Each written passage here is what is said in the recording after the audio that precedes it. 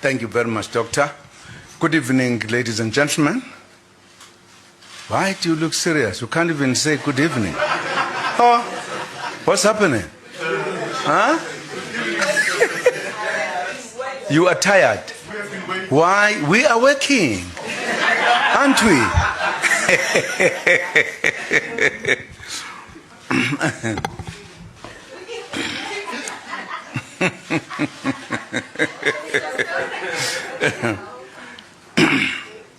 Well, good evening, colleagues, members of the media present here, fellow South Africans.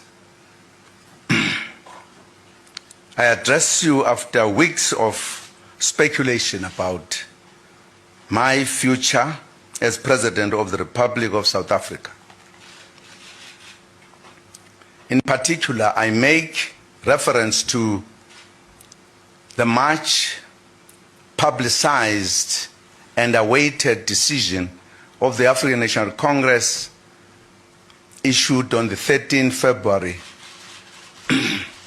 2018. It is now public knowledge that the National Executive Committee of the ANC resolved to recall me as the President of the Republic.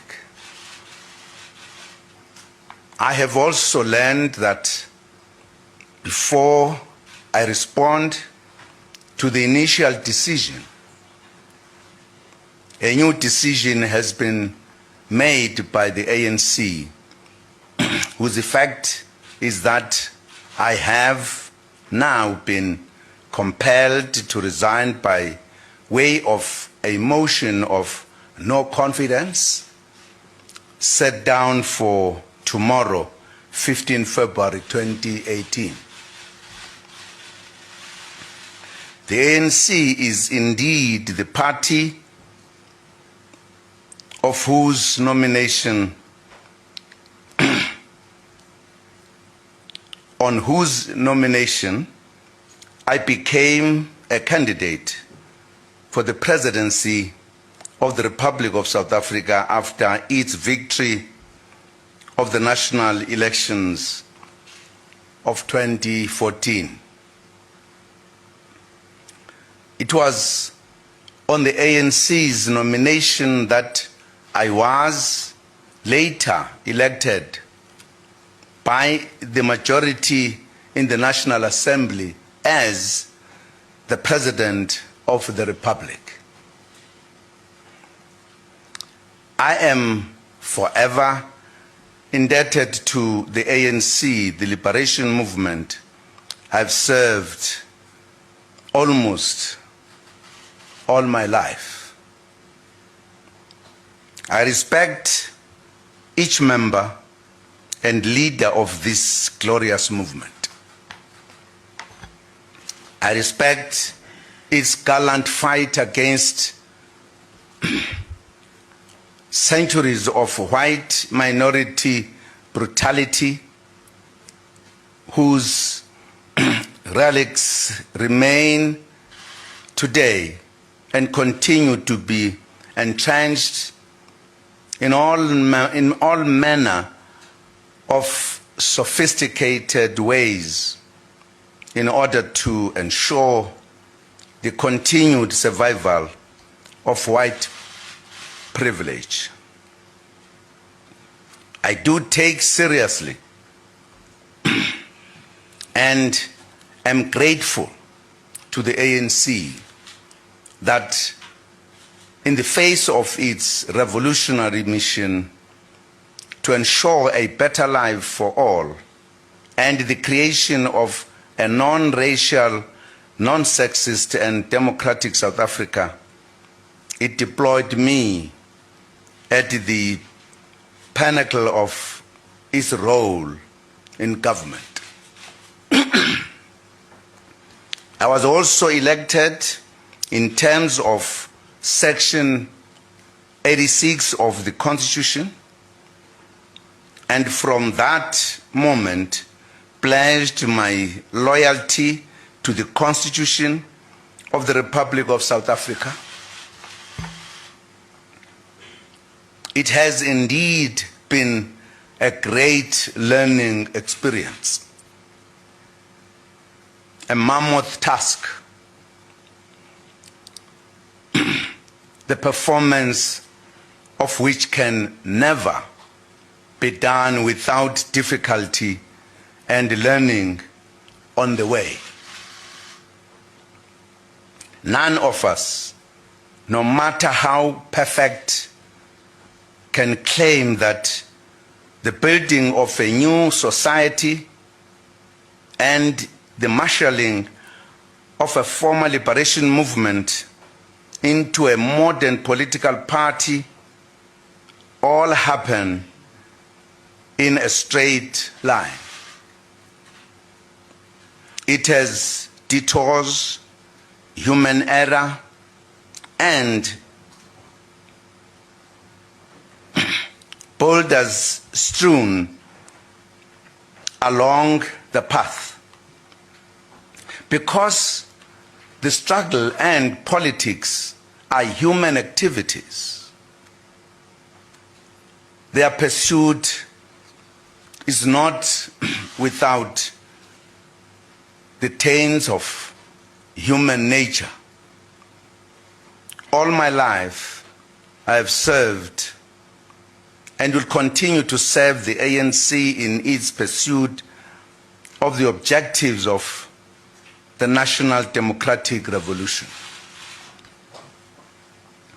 I have served in my capacity as President of the Republic of South Africa within the prism of our much acclaimed Constitution, whose foundational values are fully subscribed to.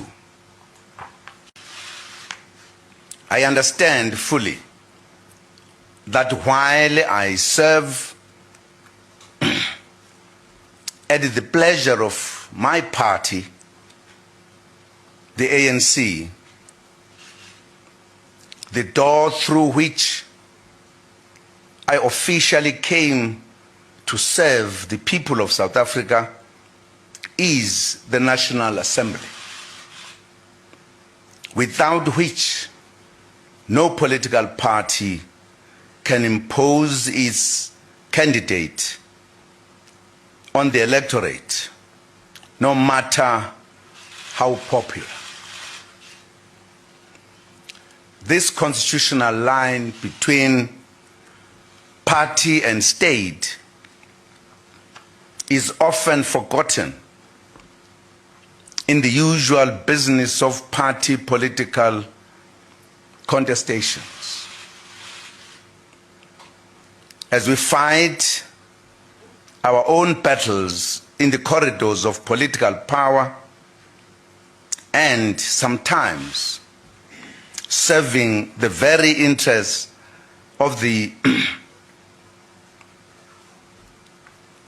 oppressors of yesterday, who joyfully celebrate as we lynch one another, we often forget the citizens on whose behalf we create a better life. We tend to place the political party above the supreme law of the country, which is the rule book of the country's political engagement. I do not make this reference because I am above reproach, nor do I wish to proclaim that in understanding my political responsibilities, I have been the epitome of perfection. If truth be told, none of us are. However, I respect the prescripts of the Constitution and its consequences on how we enter, stay, stay in and exit political office and government. There has been much speculation about how the President of the Republic should exit his or her office. In my case, some have even dared to suggest that one's PACs and post-service benefits should determine how one chooses to vacate political office. Often these concerns about PACs and benefits are raised by the very same people seeking to speak as paragons of virtue and all things constitutionally. Some even suggest that the relevant constitutional provisions, Section 89 and 102, in terms of which the President should be removed from office, would constitute an embarrassment or humiliation.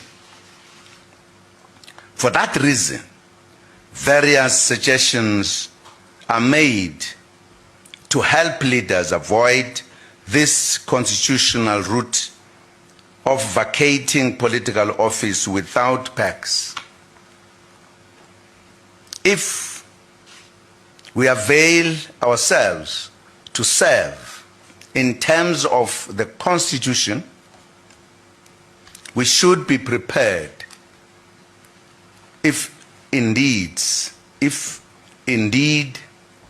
be and if those we serve deem it appropriate to suffer the hardship that comes with our constitutional obligations. Whether we lose our post-political office benefits should not determine how we act in the time of our departure. Nor did I agree to serve because there are no better cadres in the ANC and the country. Most importantly, I did not agree to serve in order to exit with PACs and benefits of the office of the President. It is my party that placed me before the representatives of the people in the National Assembly to be elected.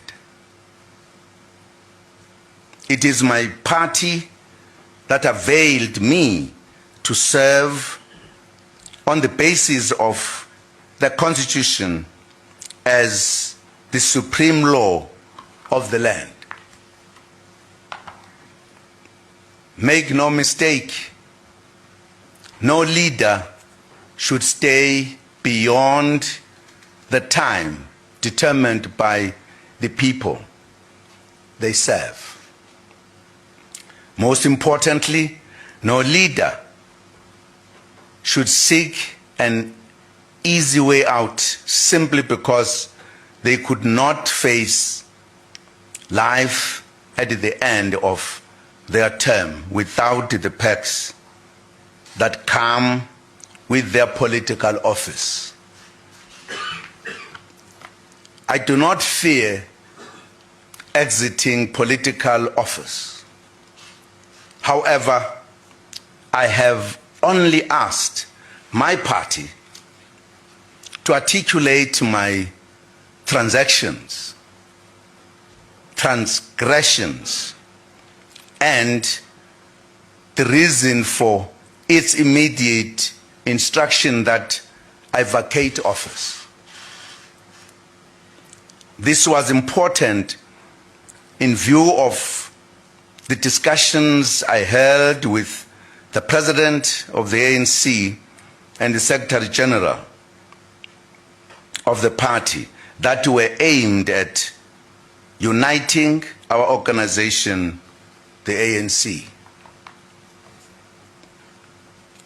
It is indeed true that there was an agreement that even if the need arises that I should vacate the office before the end of term, there is a need to have a period of transition during which I would delegate some of the functions to the Deputy President of the Republic.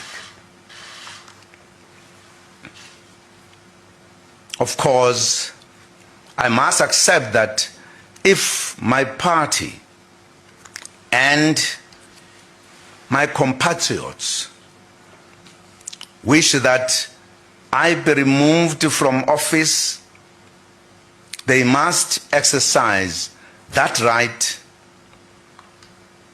and do so in the manner prescribed by the Constitution.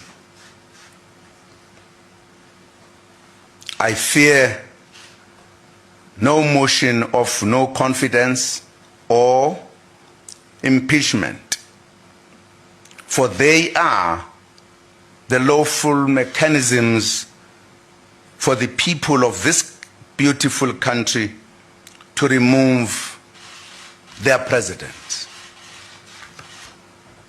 I've served the people of South Africa to the best of my ability. I am forever grateful that they trusted me with their highest office in the land. But when I accepted the deployment, I understood and undertook to subject myself to the supreme law of the land, the Constitution. Ngithanda ukusho ukuthi kwizinkalo ngezinkalo lapho abantu bakithi bekhona ngokuzithoba okungenamkhawulo, kusemqoka ukunazisa ukuthi angidaze nkani okweselesele. Kunjalo nje angexwaye kwehla esikhundleni sobumongameli waleli lengabade. Angingenanga emzabalazweni ngoba ngigaqele izikhundla.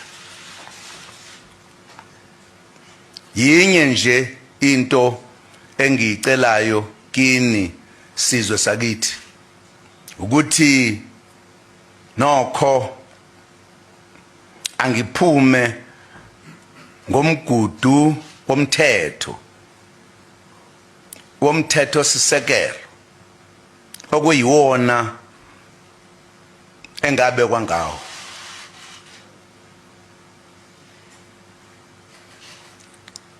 Angikwesabi ukulahlekelwa amalungelo nopoyinandi oza nesikhundla sobumongameli. Angingenelanga lezo zinto kuhulumeni. Kunjalo nje azithi shu lapha kimi. Ngifuna kuphela ubulungiswa nokuhlonishwa komthetho. komthethosisekelo kanye namalungelo ami. Uma kwenzeke njalo, ngiyophuma ngokuzithoba nokuhlonipha.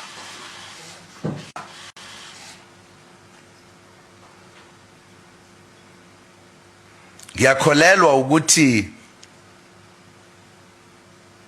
ngiwenzile owami umsebenzi enaningibekele wona. Uma kukhona la ngingenzanga kahle khona, bakwethu akukho soka lingenasici. I also thank the citizens of South Africa for the privilege of serving as the President of the Republic since 2009. It has been an honor that I will cherish as long as I live. I wish to thank members of cabinet, deputy ministers, and the whole of government, national, provincial, and local, for the positive spirit and cooperative manner in which we all worked. I also thank the other arms of state for the work we have accomplished. I thank all political parties who are in Parliament for their contributions in making our democracy strong. I thank all stakeholders, business, labor, religious leaders, traditional leaders, youth, women's groups, the education sector, and all others we have worked with over the years, united by the goal of moving South Africa forward. I thank the international community for the cooperation in the work we have been doing together. I've also been disturbed by the instances of violence that have occurred because of the different views among members of our organization outside our headquarters, Luthuli House. No life should be lost in my name, and also the ANC should never be divided in my name. I have therefore come to the decision to resign as President of the Republic with immediate effect. Even though I disagree with the decision of the leadership of my organization, I have always been a disciplined member of the ANC. As I leave, I will continue to serve the people of South Africa as well as the ANC, the organization I have served all of my life in it. I will dedicate all my energy to work towards the attainment of the policies of our organization. In particular, the radical economic transformation agenda. Countrymen, ladies and gentlemen, I thank you very much for your attention. Ngiyabonga, ngiyalebuga. by a donkey.